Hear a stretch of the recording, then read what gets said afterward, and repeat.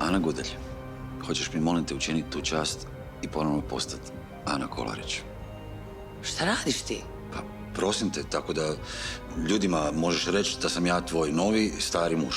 Aj, molim te, ajde ustani, utlještit ćete leđa, onda ću opet ja biti kriva, Ne ne? idem ja nigdje, ja sam tu, ne mrdam se, nećeš mi se riješiti ni mene, ni mojih krljavih leđa.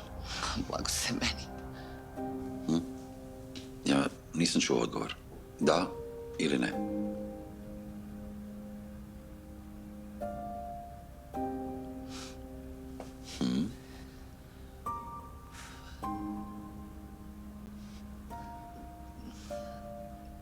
Da, Da, sigurno. sigurno. To te ja pitao, dođi vamo, idemo. Opa, opa, opa, opa.